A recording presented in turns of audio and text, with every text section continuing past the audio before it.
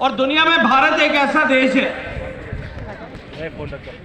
जो इतनी विविधताओं के होते हुए भी, इतने सारे डिफरेंसेस के होते हुए भी, इतनी सारी डाइवर्सिटीज के होते हुए भी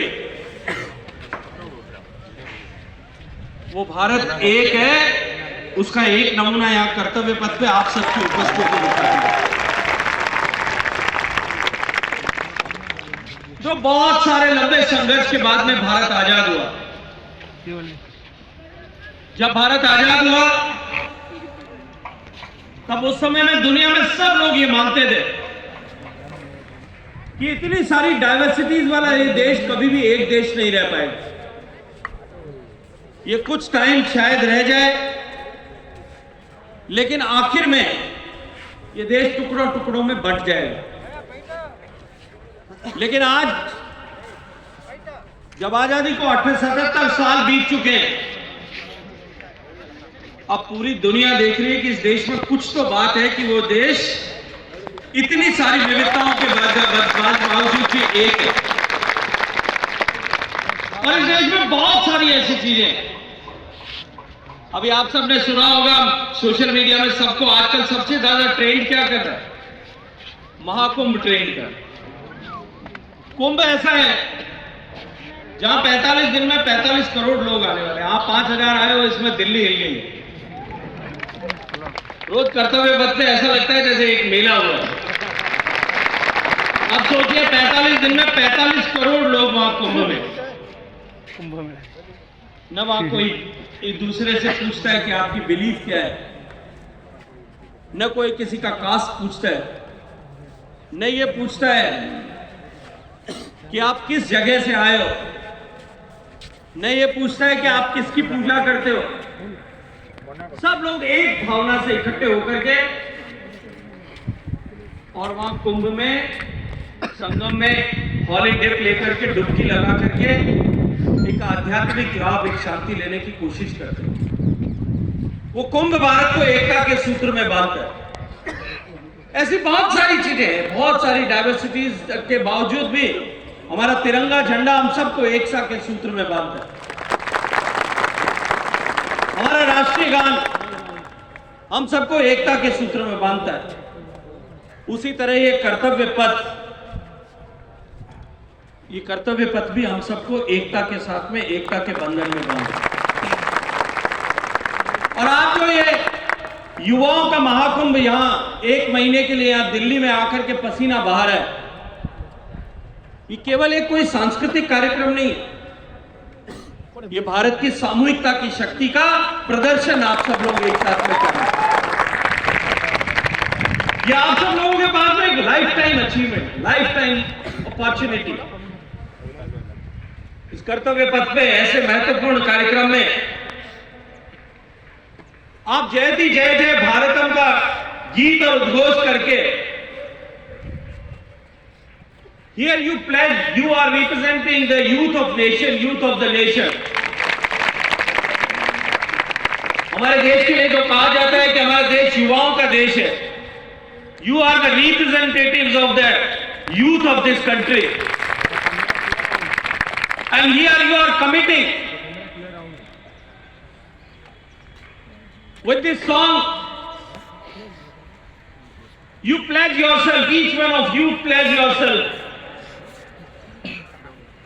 for the dream which our Honorable Prime Minister have done for all of us, for the future of ourselves, future of our nation, that Virasat bhi और विकास भी will make our nation a developed nation by 2024। ये जो rehearsal आप कर रहे हैं जयति जय जय भारत है, ये भारत को 2047 तक विकसित देश बनाने के लिए केवल कोई भारत की कल्चर की डाइवर्सिटीज को केवल दिखाने का विषय नहीं है। आपके माध्यम से भारत की युवा शक्ति का संकल्प पूरे विश्व के सामने जाए कि अब भारत के युवाओं ने तय कर दिया है कि भारत को अब विकसित भारत बनने के से, देश के प्रधानमंत्री के नेतृत्व में विकसित भारत बनने से कोई नहीं रोक सकता। आपका संकल्प है कि नहीं है? संकल्प है कि नहीं है? जोश कहां है? तो मैं आप सब लोगों से आज आप सब लोगों से मिलने के लिए आया, क्योंकि मैं रोज जब इस कार्यक्रम को तय किया था तब से लेकर के मैं संध्या जी से, हमारी जॉइंट सेक्रेटरी से, हमारे ऑफिसर से, सबसे बात करता था, पूछता था कैसा चल रहा है। मैंने इनसे ये भी जानने की कोशिश की कि भाई सब लोग ठीक ठाक तरीके से रह तो रहे ना, खाना वाना टाइम पे मिलता है कि नहीं मिलता है? बोलो, मिलता है कि नहीं मिलता है? अच्छा मिलता है कि नहीं मिलता है? अभी कोई ऐसे ऐसे हाथ हिला रहा, मैं इसको क्या समझूं? अच्छा मिलता है कि नहीं मिलता है? अच्छा मिलता है? अगर अच्छा मिलता है तो जोर से बोलो भारत माता की जय। अगर नहीं भी मिलता है तो भारत माता की जय के लिए हमारे बॉर्डर पे जो लोग खड़े रहते हैं वो कई बार भूखे रहते हैं कि नहीं रहते? तो इसलिए ये आपकी सुविधा का पूरा ध्यान रख रहे हो, लेकिन we are here with a commitment, we are here with a purpose, we are here to contribute for our nation, we are here with a commitment. हम सब लोग यहां केवल, we are not here with the fun, fun should always be there, लेकिन हम सब लोग यहाँ एक कमिटमेंट के लिए, एक पर्पस के साथ में यहां सब इकट्ठे हुए, और वो पर्पस है कि हम दुनिया को दिखाना चाहते हैं कि भारत के युवाओं ने ये तय कर लिया है कि अब भारत बदल करके रहेगा, हम सब एक हैं और एक होकर के इस भारत को बदलने के लिए। और मैं आपको एक बात बताऊं, अभी आजकल डिजिटल दुनिया है, और जो कुछ आप यहां करोगे ना, 26 जनवरी को जब देश और दुनिया ये देखेगी, ये हमेशा हमेशा के लिए एक इतिहास बन जाएगा। ये पूरी दुनिया आने वाले 100 साल बाद में भी इसको रेफर करेगी, पूरी दुनिया इसको रेफर करेगी कि भारत के युवाओं ने जब 25 साल बाद में, 23 साल बाद में जब भारत विकसित भारत बन जाएगा, तब कहेंगे कि वो कमिटमेंट, प्रधानमंत्री जी का जो सपना था उसका पूरा करने का कमिटमेंट 26 जनवरी 2025 को इस कर्तव्य पथ के देश के युवाओं ने दिया। तब ढूंढेंगे उस वीडियो में कि कौन कहां खड़ा था, कैसे कपड़े पहन के आया। आप लोग भी याद करोगे 25 साल बाद में, बिकॉज ये डिजिटल वर्ल्ड में जो कुछ भी आ गया है वो सब रिकॉर्डेड, और 25 साल बाद में जब एक पीढ़ी अगली आ जाएगी ना, वो ढूंढेगी कि मेरे पापा और मेरी मम्मी भी वहां पे डांस कर रहे थे, हम लोग कहेंगे कि तुम कैसे लग रहे। इसलिए since we are here with a purpose and with a commitment, we have to give 100% of ourselves, we have to be in discipline, because कोई भी अल्टीमेटली कोई भी सक्सेस जो आती है वो डिसिप्लिन, डेडिकेशन और डिटर्मिनेशन के साथ में आती है। तो हमारा डिटर्मिनेशन पक्का है कि नहीं है? हमारा डेडिकेशन 100% है कि नहीं है? और हमें डिसिप्लिन 100% है कि नहीं? पक्का है?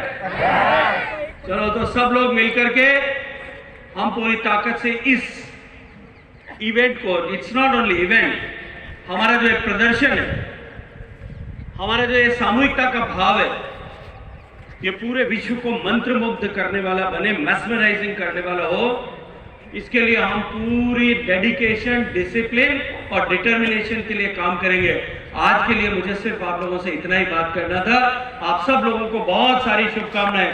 मुझे तो यहाँ देख करके, since my journey of social life started with student leadership, and today while I am addressing you and I am talking to you, again my memories, the strings of the violin of my memories, वो वापस बोल रही है, मुझे वापस याद दिला रही है अपने पुराने दिन के, जब मैं कॉलेज की यूनिवर्सिटी की टेबल पे खड़े होकर के ऐसे अपने सारे युवा साथियों से बात करता था। तब तो ज्यादा बात जो है हम लोग करते थे वो आंदोलन के लिए करते थे, ये कर देंगे मुट्ठी ऊंची करके, अभी विश्वविद्यालय की ईंट से ईंट बजा देंगे। अभी हम सब लोग मिलकर के इस देश को आगे बढ़ाने के लिए काम करेंगे। इस अपेक्षा के साथ में आप सबको बहुत सारी बधाई देता हूँ। देखो बहुत मुश्किल है 1 महीने तक घर छोड़ करके, घर की सुख सुविधा छोड़ करके, अपने स्कूल के दोस्तों को छोड़ करके, अपने कॉलेज के दोस्तों को छोड़ करके यहाँ आना, घर से दूर 1 महीने तक रहना, घर के जैसी सुविधा शायद यहाँ नहीं होगी। हालांकि मैं तो हॉस्टल में बड़ा हुआ तो मैं सोचता था कि हॉस्टल में ज़्यादा आराम रहता है, कम से कम डांट वाट घर वालों की कम पड़ती। लेकिन फिर भी आप लोगों को इस सर्दी में रोज सुबह सुबह उठ के यहाँ आना होता होगा, रोज रिहर्सल करनी होती होगी, और रोज संध्या जी की डांट भी खानी पड़ती है कि नहीं पड़ती? नहीं डांटते? ऐसी कैसी टीचर है, डांटती है कि नहीं डांटते? सही से बताओ फिर, किसी को भी नहीं डांटते?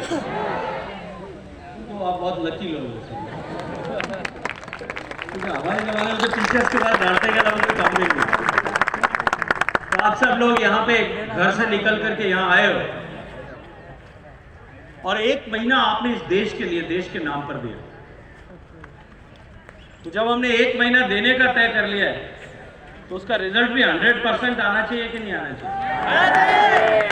तो जिन लोगों को ये लगता है कि रिजल्ट 100% लाएंगे वो अपने दोनों हाथ खड़े करें एक बार और आप संकल्प की मुट्ठी को बंद करें और पूरी ताकत से बोले भारत माता की, भारत माता की।